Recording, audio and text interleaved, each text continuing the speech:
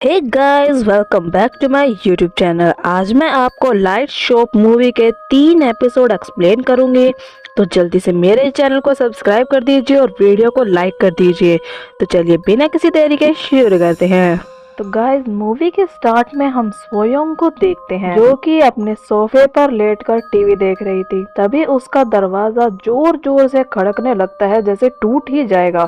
वो सोचती है कि वो उसका एक्स बॉयफ्रेंड है, तो वो उसे वहाँ से जाने के लिए कहती है। तभी उसे वहाँ से किसी के जाने की आवाज आती है और वो जाकर दरवाजा खोलती है तो एक परछाई जो उसके कॉरिडोर पर खड़ी थी इन अ फ्रैक्शन उसके पास दौड़ कर आती है और हम देखते हैं कि उसे कोई ऊपर से नीचे गिरा देता है और वो मर जाती है। और हम वहाँ पर एक स्कूटर को भी खड़ा देखते हैं जिसके ऊपर हेलमेट रखा था और उसका नंबर प्लेट था 8525। अब हम सोयंग के एक्स बॉयफ्रेंड मिंगसू को देखते हैं जो कि अपनी गर्लफ्रेंड की मौत के बाद बचता हुआ जा रहा था। हालांकि उसने कुछ किया नहीं था, लेकिन वो डरा हुआ था कि सभी उस पर ही शक करेंगे और पुलिस भी उसे ही पकड़ेगी। तो वो बस में बैठ जाता है और अब बस दरवाजे बंद कर देती है और चलने वाली होती है। तभी वहाँ पर सुंग सेक नाम का एक डिटेक्टिव आ जाता है और वो बस के सभी पैसेंजर्स और ड्राइवर को बस से उतरने के लिए कहता है। सभी उतरकर जाने लगते हैं और वो मिंसू समझ जाता है कि ये डिटेक्टिव उसे ही पकड़ने के लिए आया है और वो बस से नीचे नहीं उतरता और अपनी सीट पर ही बैठ जाता है। हमें सिंसू की बातों से पता चलता है कि किसी ने सोयोंग के घर में आग लगा दी थी। इसका मतलब पहले उसके घर में आग लगी और फिर उसकी बॉडी को उठाकर फेंक दिया गया जिससे वो मर गई। डिटेक्टिव को लगता है कि उस लड़की को उसके बॉयफ्रेंड यानी मिंसू ने ही मारा है। वो उसकी सीट की तरफ जा रहा था। हम एक फर्स्ट सीट पर बैठी हुई लड़की को देखते हैं जो कि वहां से धीरे धीरे जा रही थी। जैसे ही डिटेक्टिव उसके पास जाने वाला होता है वो उस चेयर पर हाथ रखता है और मिंसू को वहां पर एक लड़की देखती है जो कि सोयोंग थी, जो कि मर गई थी लेकिन उसे उसकी आत्मा दिख रही थी। और डिटेक्टिव मिंसू को पकड़कर बाहर अपने साथियों को दे देता है और वहां पर स्मोकिंग करने लगता है, लेकिन वहां पर एक गार्ड आकर उसे मना कर देता है और बोलता है कि ये नो स्मोकिंग एरिया है और यह वहां पर नहीं कर सकता स्मोकिंग। तो वो अपने हाथों पर देखता है कि उसके हाथों पर एशिस लगी है, लेकिन वो राख वाली जगह पर कहीं गया ही नहीं। अब हम एक बूढ़े आदमी को देखते हैं जो कि टीवी पर न्यूज देख रहा था। तभी उसे अपने दरवाजे पर एक शैडो दिखाई देती है जिससे वो पूछता है कि कौन है, लेकिन वहां से कोई जवाब नहीं आता और सीन शिफ्ट होकर डिटेक्टिव पर आता है जो कि अपने टेबल लैंप को सही कर रहा होता है और वो सोयोंग की फाइल को पढ़ रहा था। हम उसके सामने एक फोटो भी लगी हुई देखते हैं जो कि होन्जो नाम की लड़की की थी और उस लड़की की भी डेथ हो गई थी और उस लड़की के कल्प्रिट को पकड़ा गया था लेकिन उसकी बॉडी नहीं मिली थी। तभी डिटेक्टिव के पास ऑफिसर जियोन आ जाते हैं और वो उसे बताते हैं कि उन्होंने मिंसू को छोड़ दिया है क्योंकि सोयोंग की डेथ आग लगने की वजह से हुई थी, ना कि मिंसू की वजह से। और जब वो मरी तो मिंसू वहां पर नहीं था, वो कहीं और था।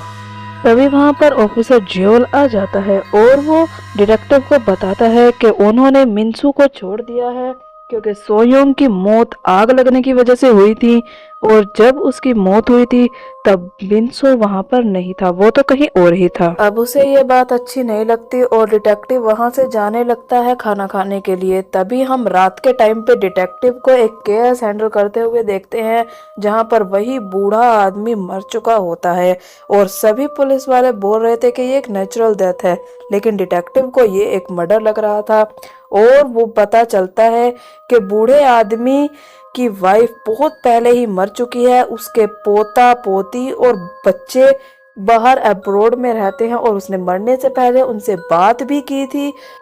अब डिटेक्टिव वहां से बाहर जाने लगता है और उसे वहां पर एक चिपचिपी चीज दिखती है जिसे वह इग्नोर करके अपने घर जाने लगता है। हम उसकी बीवी मीहूं को देखते हैं जो कि उसे अपनी प्रेगनेंसी के बारे में बता रही थी और वो दोनों बहुत खुश थे। और तभी वो सो जाता है और उसे सपने में अपने और अपनी बीवी के फ्लैशबैक दिखाई देते हैं जिसमें वो और उसकी बीवी अपने बच्चों का नाम डिसाइड कर रहे थे। तभी डिटेक्टिव का फोन आता है और वो काम पे जाने के लिए तैयार होने लगता है, लेकिन हमें पता चलता है कि उसकी बीवी को उसका बार बार काम पे जाना पसंद नहीं था। तभी वो उठ जाता है और रियलिटी में आता है। हम देखते हैं कि इसकी बीवी या कोई भी इसके साथ नहीं है, हमें नहीं पता वो मर गए या छोड़कर चले गए, लेकिन ये अपने घर में अकेला है। तभी वो जान से नूडल खाने लगता है और सॉस को ध्यान से देखता है तो उसे याद आता है कि ये वही सॉस है जो उस बूढ़े आदमी के मुंह पर लगी हुई थी। मतलब वो मरने से पहले जाजंग नूडल्स खा रहा था और उसे ऐसा लगता है कि किसी ने जाजंग नूडल्स में उसे कुछ मिला कर दिया जिससे वो बूढ़ा मर गया। डिटेक्टिव पुलिस स्टेशन में आता है और उसे वहां पर पता चलता है कि बूढ़े आदमी के परिवार वालों ने उसकी ऑटोप्सी कराने से मना कर दिया है, जिस वजह से उसका केस बंद हो चुका है। वो वहां पर एक ऑफिसर से मिलता है जिसका नाम यूना होता है। वो यूना के साथ वहां के सभी रेस्टोरेंट में जहां पर जूना नूडल्स मिलते थे वहां पर जाकर पता करता है कि उस रात कौन से रेस्टोरेंट से किसने डिलीवरी किया था और वहां पर कैसे डिलीवरी की जाती है। लेकिन वहां पर जाकर पता चलता है कि उस रात बारिश हो रही थी, जिस वजह से कोई भी रेस्टोरेंट वाला डिलीवरी नहीं कर रहा था। तभी उसे वहां पर रात हो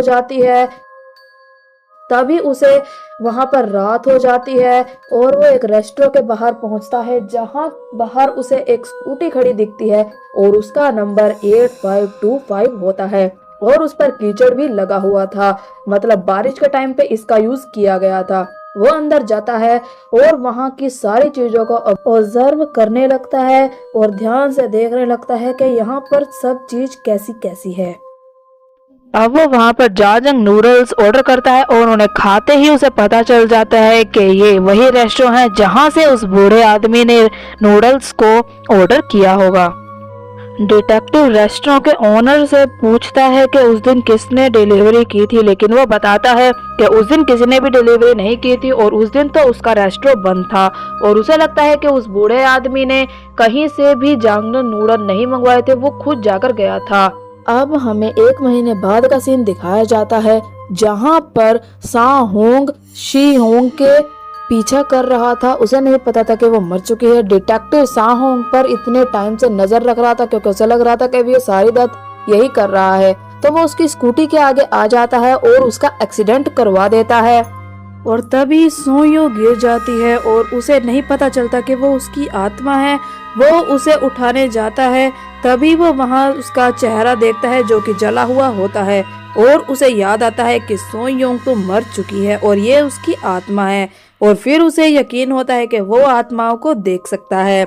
अब वो उस रेस्टोरेंट के मालिक को पीटने लगता है, लेकिन वो वहां से भाग जाता है और हम ये देखते हैं कि उस आदमी की आंखें एक टाइगर की तरह चमक रही थी। मतलब वो भी कोई एनर्जी थी। अब तभी सीन शिफ्ट होता है और हम डिटेक्टिव को एक लाइट शॉप पर देखते हैं जहां पर उसे जी योंग दिखती है और उसके हाथ में उसे एक बैग भी दिखता है जिसके अंदर से खून निकल रहा था। लेकिन वो सोचता है कि उसे पीरियड्स आए हुए हैं या फिर कोई इमरजेंसी है, इसीलिए वो खून टपक रहा है। वो उसे अपना रेनकोट उतार कर दे देता है और ध्यान से जाने के लिए कहता है। अब तभी वहां पर होंजू आती है जो कि अपने अपार्टमेंट में जा रही थी, लेकिन उसे याद आता है कि उसने अपनी माँ के लिए बल्ब नहीं लिया है, इसीलिए वो दौड़ती हुई उस लाइट शॉप में आई थी।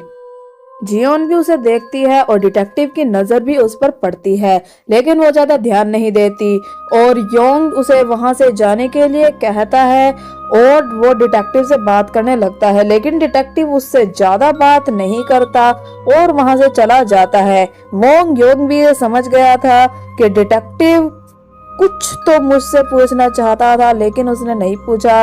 अब हमें ये नहीं पता कि डिटेक्टिव सिर्फ उस बूढ़े आदमी के बारे में कुछ पूछने आया था या कुछ और भी जानना चाहता था।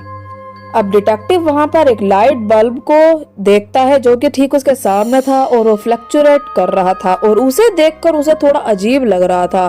तभी वोंग योंग उसे कहता है कि वो यहाँ पर लाइट्स के बारे में नहीं बल्कि उस अंधेरी गली के बारे में पूछने आया है और उन सस्पेक्ट्स के बारे में पूछने आया है जिनका कत्ल हुआ है।